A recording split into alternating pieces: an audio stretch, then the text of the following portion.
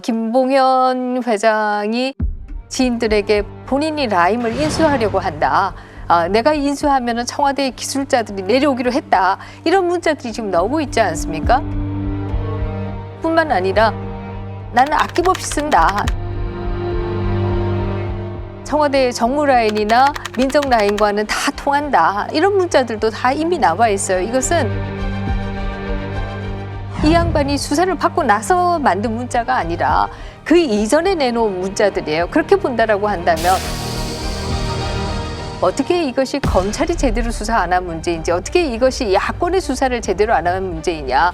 더 큰 문제는 이렇게 일부 사기꾼들이 이런 작업을 하고 있을 때 결국 권력과 일부 손이 맞닿아 있었던 것이 아니냐. 이것이 더 큰 몸뚱아리가 아니냐. 이런 얘기를 할 수 저는 이제 지금까지 나온 거 가지고는 뭐 우리가 김봉현 편지라든지 진술에 대해서 신뢰를 그렇게 높게 할 수는 없습니다만, 어쨌든 이 사기꾼들이 그러면 야당에 로비하겠습니까?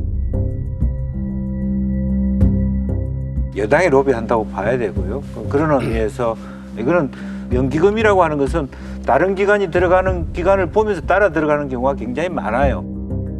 그것을 역용했을 것이다. 저는 그건 봅니다. 예컨대 농어촌공사 들어오기로 했으니 전파 관련 들어와. 또 전파 관련해서는 이 기관 공기감 투자하기로 했으니 아무 문제 없어. 이런 부분에 대한 문제도 아직 있습니다. 그래서 그것이 전체적으로 다 우선 권력형 게이트라고 얘기하기는 아직까지 어려운 부분이고, 누구가 가장 잘못했다라고 얘기하기는 어렵다. 저는 그렇게 얘기할 수가 없는 게, 이게 누가 잘못했는지 아직 모른다. 이게 이렇게 사건을 보면 안 된다고 생각해요. 공공기관에서 어떤 투자를 결정하거나 어떤 걸 하는데 남들이 한다고 내가 따라한다? 그렇게 안 됩니다. 그것도 충분한 검토도 없이 며칠 만에, 몇 시간 만에 투자를 결정해요. 그거는 저는 있을 수 없는 일이라고 생각해요. 거기에는 뭔가 보이지 않는 입김이 분명히 작용한 겁니다. 이미 이 사건이 라임이든 옵티머스든 이와 관련해서 여권 인사들이 구속이 되고, 또 여권 인사들이 실제로 그 청와대에 근무를 했고, 그들이 실제로 이 옵티머스 같은 경우에는 실질적인 주주라는 게 밝혀졌고, 이게 어떻게 청와대와 무관할 수 있습니까?